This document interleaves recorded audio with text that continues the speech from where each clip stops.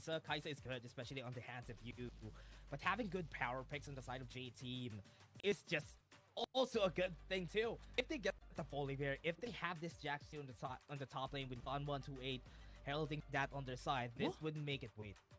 Are they gonna pick this up?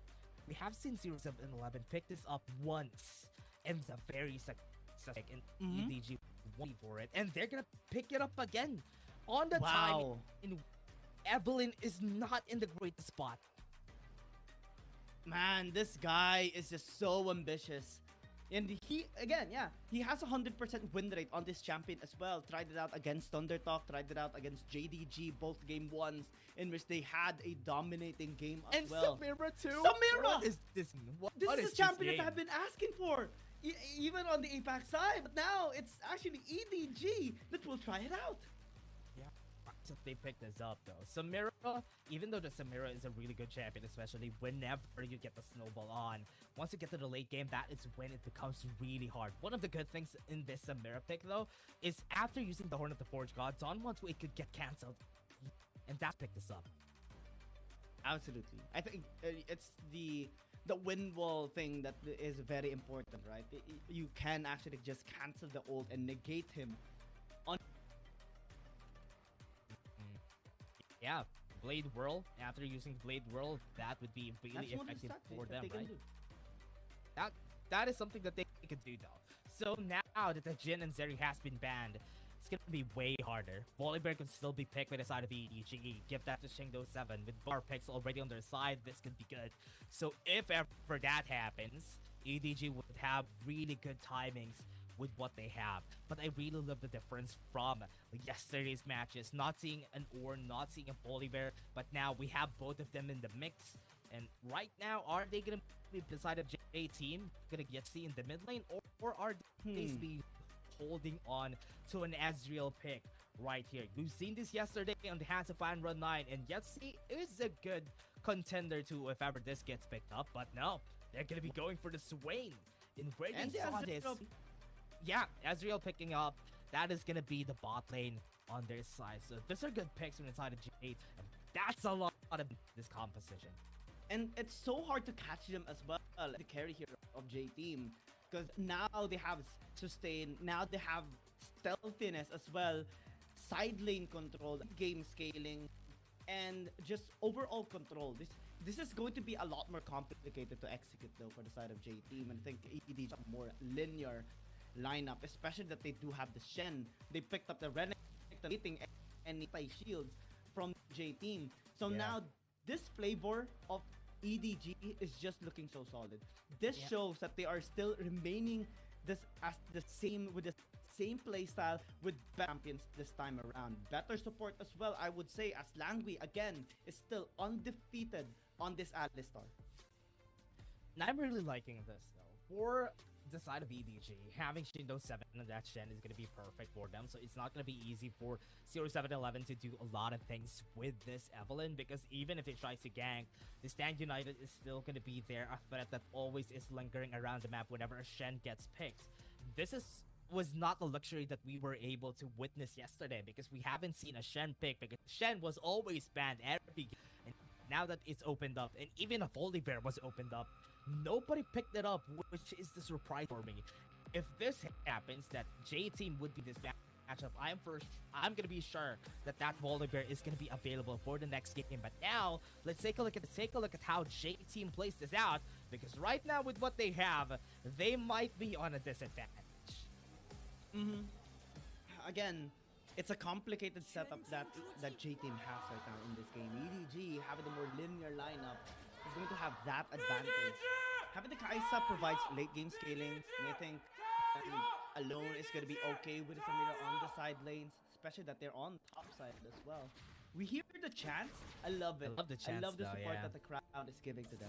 Yeah, I love that they have this chance though. It's really sets up the pace for the players, and also gives them a lot of at least their mental is going to be way better when this happens. That's going to be good. And this is one of the disadvantages whenever you have an Evelyn on the jungle. Evelyn is so weak pre-level 5. She doesn't really have any capabilities of going to contest anything, because she won't really have that much damage early on in the game. What's good is that in the first objective, at least EDG would have the bigger advantage. Even though they have 2 marksmen on their side, it is still going to be way harder. I'm loving this a swap that we're seeing. Yetzi going to the bot lane because he's the one using the Ezreal. And in the mid lane, we're going to be seeing Pod in his natural habitat. Yeah, we do see as well, you know, the aggressive playstyle intended here by EDG. Having the Samira is just so solid. I would say it's an OG combo. The Alistar, the Samira, since we don't have the WRL yet here in League of Legends Wild Rift, then Alistar is a better combination. It would be a little difficult for the Jax here in top lane to actually What is survive. this 3 plates? But bot lane, yeah. Yeah, they might get the next plate. Oh man, they might get the 4th plate, and that's gonna be bad. If ever the J team would just be picking this up, he needs some help. He needs some help in the bot lane, because if that doesn't happen, this is gonna be really bad for them. Just out of EDG, because even without the referral, they already have 1 tower in the bot lane. First Vader and Samira in this league, and everybody, we're excited to see how this Samira is gonna be pulling things off. 0711 got taunted, has the ultimate though. Last caress is at the ready. You know 7 is going to be here. The sun's going to come out, and that's going to be the ultimate coming from 0711 to follow it up. That's the first blood for JT. Really good macro movements there by JT. Even Dawn 128 went into the mid lane to help up from lane. And that just shows how synergized Wait. he is. Oh, flashing in Langway. Those eyes, they have to call to make the damage is just there. And EDG answers back with that kill. Awesome rotations coming in from both sides. Langway from the post into the bottom lane just to answer with another kill. And again, he has a 100% win rate on this 4 game in a row that he has secured a win here for EDG. J-Team though, looking okay here in this early game despite the Evelyn pick-off. We have seen 0711 secure 1 kill. That's going to help him better secure his items to have more influence come minute 5. Yeah, what's really hard about this though, for the side of JT, once Samiro gets a Inferno trigger really easily, just there's not a lot of ways to cancel her out. And that's the disadvantage of this composition coming team. I think the Inferno trigger coming from is always going to be available timings. And that's one thing that is going to be hard for J-Team to look at. It's J-Team. They're not going to be fighting without, if they know that they're going to be losing. That's why I'm expecting that this Counter-Strike is their own fight whenever an Inferno trigger comes in. Yeah, they only have 3 ways to cancel the Inferno trigger. Counter-Strike 2. 3, of course, the mini stun to the Orn whenever he provides that extra debuff on the bow spread today. Yeah. That's the only thing with cancel that. I was looking at the number move, but it's a hold. So it's not really going to cancel the Inferno trigger. So on the side of J-Team, what they can do here is just make sure that 0711 is going to be confident on taking cover on those objectives, especially for the jungle camps. That's what they're going to need, because there's a lot of jungle clear. And that picking up a Evelyn. They're going to be showing it right here, right now, but the bot is on the fence, and it might fall down to the hands of Yetzi without even any answer from the side of J-Team. This is bad for coming in from EDG. And really good macro plays here by J-Team as well. 4 minutes and 20 seconds. They've taken Nobody's helping him. Tower down. That's what I'm surprised about. Nobody's helping Xiao Zhang. If somebody at least helped him on the bot lane, he might be able to get something out of it. But because of that, they lost a tower, and that's big. Before the referral comes in and you lost a tower, that's a big blunder for the side of EDG. And they're gonna be on the brink of destruction right now, especially with how good J-Team is on the macro play. Why with spot Langui should be fine. Or we pick that up. Langui is gonna be moving forward. ZY does have a lot of tankiness on him. This man very tanky. They still have the ultimate coming out from EDG. That's what they're waiting for. But DY is keeping them in check. They're going to go in. The ultimate's going to come out. The knockup's going to be there. The Pulver is going to be helping them out. The Horn of the Force God's not going to be helpful. But right now, Shangdo 7 was able to take it. The steal is there. And Pod is in front of everybody. The damage from Pod is going to be able to mow down the members of EDG. They're going to fall one by one. And they're a bit too late. DY, low in HP. They have Killer Instinct on you, though. Might be able to take the kill here. Never move is available for Pod in just a bit. That might be it. A flash from you. They're not going to be able to take it in the end. Jungler's down. Rift Herald is going to be taken by J-Team. Yeah, J-Team getting the better end in terms of kills, but the steal coming in there from 0-7-11 is just so good. With a Bellow's Breath, that was a bit scary. Shingdo 7 is already here in the area. Might be able to try and take the steal here again. Longwee's at the ready to push him back. That's a push happening. That's gonna be the steal coming from Shingdo 7. Longwee, what a man. He sacrificed himself to get double objectives for the side of EDG. Double steal by Shingdo 7. It's just amazing here for EDG. And now J-Team is scrambling a little bit. Yeah, they were able to secure some kills, but with double objectives, they can easily just turn over the gold with a push into the mid lane. And now scaling on double marksman. It's just gonna be a lot scarier. We look into this replay and see how EDG was trying to get into the Dragon Pit. But what J-Team did not realize is Shingdo 7's position, because they focused on the top side people here of EDG. Yeah, J-Team had the better angle in terms of team fight, and it's surely going to land the dent on the damage here for EDG since you wasn't there. But now Knockoffs in though. Pan already has the Demonic Ascension backline with the counter strike. He's gonna be able to get the stun on 2. Shingdo 7 is gonna die, and that's gonna be 1. Langry's gonna be next. He got the pulverize on 4, but it's not gonna be there because J-Team are taking kills and they're gonna take this home. They're still okay. They're still fine with whatever is coming their way because getting gold is the priority right now for J-Team to accelerate this game. And even without the Rift Herald, they're taking this mid-tier 1. This tower is gonna fall. Yang alone is not gonna be doing anything much here. The Blade Whirl is the only thing that helps the team out with EDG side, and alone would have big problems later on the late game. And Dash, do you know what's the downside here of EDG? They don't have wave clear. They don't have that long range wave clear that can help them in their defensive playstyle. J-Team possesses that, but they don't even need that right now. They can just push, push, and push. Yeah, and that's what they're doing since a while ago. Yes, in the top lane is very fitting. They can push the top lane. And until now, from what we're seeing with Shingdo 7, he has been making the mistake of going in lane, where you should only just be farming. With the Shen, just farm, just get a stand united, try to help the team out. He was trying to find some kills to go for the engage, but so far, whenever they try to engage, they're the ones who are getting punished. And also, that's because of the presence of Pawn in the mid lane. 5,000 gold lead at 8 minutes. J-Team, despite the confidence here. Yeah, look at the confidence. They have the Unbreakable Will to pull back up again from Never Move. Pawn is still going to move forward. Damage is not going to be enough, but EDG doesn't have any. It's not yet the time for EDG to strike. Their ADCs are not yet farmed up just yet. Look at the goal difference between the players. Pan, 0-7-11, and Yezi are the ones leading the gold chart. They're wanting to push all outer turrets, and they will do it without hesitation. Even with a Void Seeker, they're not afraid. Look at them building a lot of armor on the side of J-Team, because you know, even though you has the Void Seeker, it's not the biggest chunk of damage that you have. And that's why they're all building just armor, and you're not going to be dealing a lot of damage against the members of J-Team. And it's really showing, because the confidence of DY and Pawn is also stems to the fact that they don't really have a lot of hybrid damage here.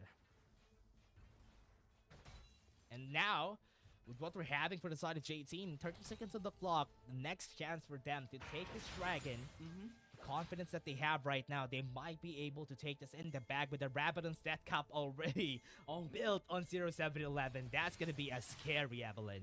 Yeah, burst is real, and even if they do have a lot of ways to cancel, they have a lot of shield here on the side of EDG. Just one combination of 0-7-11 can do it. Yeah, TY so tanky, doesn't even need it. They got the charge alone, would need to flash away. That's gonna be big. That is J-Team given the chance to just start this up. They have the vision right there on the side of EDG, and now they're just pushing them forward. They can't even try to engage this because EDG knows that they don't have the firepower, they don't have the combat stats. That's why they're giving this to 0-7-11. Oh man, EDG, they managed to steal the first dragon a while ago, but it's time. It's just an uncontested dragon takedown by J-Team. And this is why J-Team is just so difficult to deal with, because now with more investment in the early game, more aggressive playstyle, we see now defensive come as offensive here as J-Team. It's so hard to deal with them, and macro-wise, they're already good at it. Now EDG is forced to be isolated just to clear out the waves on all 3 lanes, But with this engaged full team fight based composition, they can't pull off a fight just yet. Got the push. They needing to get the smite here on Shingdo 7. Right now, they already backed away, putting all their resources in the top side of the map. Yetzi's not going to be seeing everybody. This tower is on the brink of destruction with just 2 more hits from any members of J-Team. And now they're just playing it safe. J-Team back at it again, just farming it up, just forcing really bad positioning for the side of EDG. And this is the reason why they were able to win against EDG before. Because they're forcing the hand of EDG every time just by their sheer macro. Awakened Soul Stealer is an item that we rarely see. Actually, it's only him that we do see pick up this item on this Evelyn. 0711 is just so good on the Evelyn. And right now, sitting at 100% kill participation, he's always there at the best possible time to help J-Team secure those kills. And with the backline threat right now possessed by J-Team, it's so difficult for EDG to even... And they do. It's going to be very difficult because there's always the threat of the Evelyn. You don't know where he's coming from. Yeah. And from what we're seeing right now, though, I would really love to see this from J-Team. You can get an Awakened Soul Stealer, though, from this Evelyn. The reason why is because the only thing you need to do is use Last Caress on 0711. That's why he's prioritizing this ultimate. Knockups happen with the True Shot Barrage, forces Langui to use the Proto-Build Enchant. Now, with that slow from Pawn, going to be moving towards the mid lane. Most of the members of EDG are already here with the Daman Ascension coming in from him. He does have the stasis. That's why he's so confident in moving forward. He has the never move, pushes him back, and Alone is now half HP. Just because of that, not even using the Stand Unite on the side of EDG, the J-Team has already dealt the damage that they need. Oh man, J-Team's looking so confident right now. 0711 starting the battle already in EDG. They have no vision on this area. They have to check it blindly. And we have Alone even in the top lane. They'll have to stand united though. They might be able to go in. J-Team is already taking this low HP. That's an easy Baron. DY might fall. It wasn't able to flash away, but still, that's a Baron takedown by J-Team. And it's worth it every single time, even if you have to sacrifice one laner. He got the steal too on his Cutler. That's just sad. That's just sad. Salt to the wound. Oh man, Shingdo 7 using this Shen just to enable his team. But so far, he's enabling the other team by giving them kills. EDG, they can't find any kills here in this game. At most, it's just the 3 that they managed to secure on small skirmishes and 1 in some of the fights in the bot side river. But right now, J-Team still possesses this 5,000 gold lead. Scaling is still on their side. We haven't seen Dawn 128 be threatened just yet in the entirety of the game. And later on, it's going to be more scarier. He has the Riftmaker even to have better sustain in the matchup against Xiaojiang. This is going to be a one-sided beatdown in the Baron lane. Yeah, they want to help this out. Langui still low. Unbreakable Will is not going to get used. Langui, it's a good thing he's not trigger happy with that ultimate, because he's going to need it in the bigger fight that's going to happen with the Baron up. They need to go and dive on Dawn 128 on the top side of the map. They have the ultimate already on DY. Was able to knock off Langui, but it's still not enough for them to engage. 2 ADCs on the mid lane, but the knockup coming in. Langui's not going to be able to react because 0711 got the kill on him. Got stunned, but he's not going to move. Shingdo 7 is going to back away. This tower in the mid lane is going to fall down, and EDG is going to back away in shame because they can't even answer to anything that JT is putting on their plates. We started in this game thinking that J-Team would have a bit of a hard time since they have the more complex composition.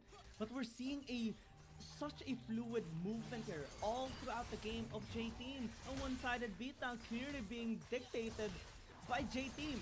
7,000 going 8,000 right now. They pick up the second dragon here for their side. And we look into this replay in which 0711 just bursted out Langui because he doesn't have any sort of sustain or durability skills anymore.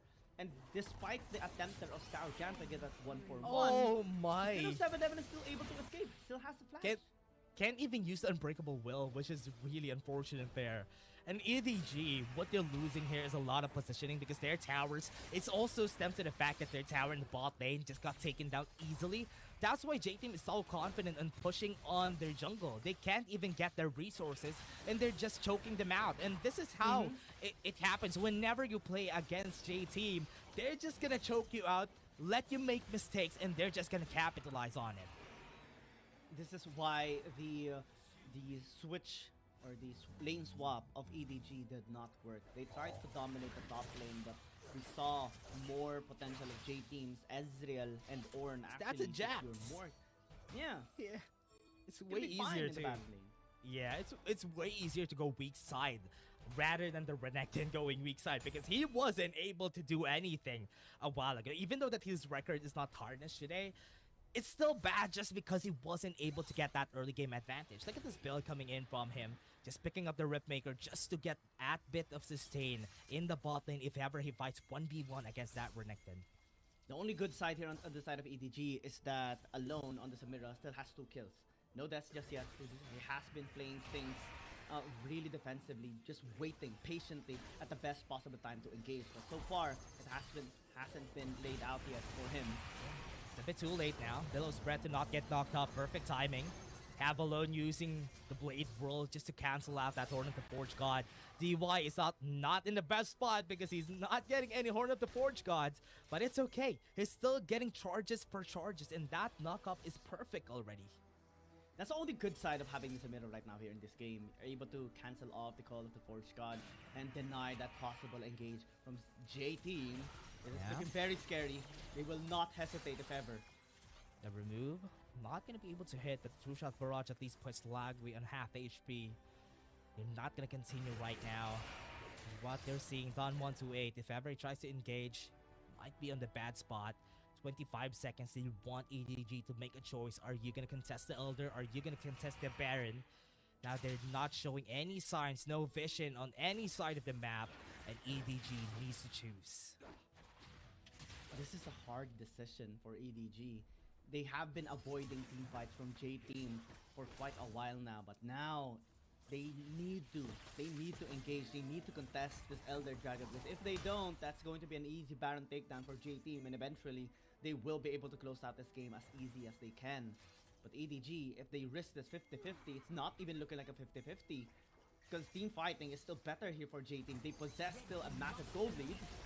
Knock up onto DY. They still have the Blade Whirl at the ready to leave it on if ever he uses the Horn of the Forge God. Langui super low, and they're gonna go in. No more Unbreakable Will in just a bit. One ultimate could take him down with the last caress from 0711. With low HP on their members, might have a hard time. Warmrick's Armor and Langui just to get that healing. They have no vision on this one. They need to go in. Langui still is going to be the one who's going to use the Stand United, but with the Horn of the Forge God, he was forced to flash away. They got the knock up on him. He's not very tanky at this point. They want to go on Xiao Zhang, with the Demonic Ascension slows him down. 0711 runs away with the last caress, but Shingdo 7 is caught in the mix, and EDG are now running away from the Mempress, and that's a good taunt right there, and they're going to be able to just tank the damage with the Inferno Trigger on the backline. Yu is going to be there, and that's the knock-up. Still have the stasis, the timing's just right. Yu's going to fall down, pushes him back, and J-Team are just going to take this game. And EDG wasn't able to take any kills against them, and this is just utter domination from the team who got the second seed. Xiao Zhang, the last member, the Predator, is now going to be the prey, and J-Team is going to be the winners of this battle. Perfect demonstration of technique by J-Team and EDG. This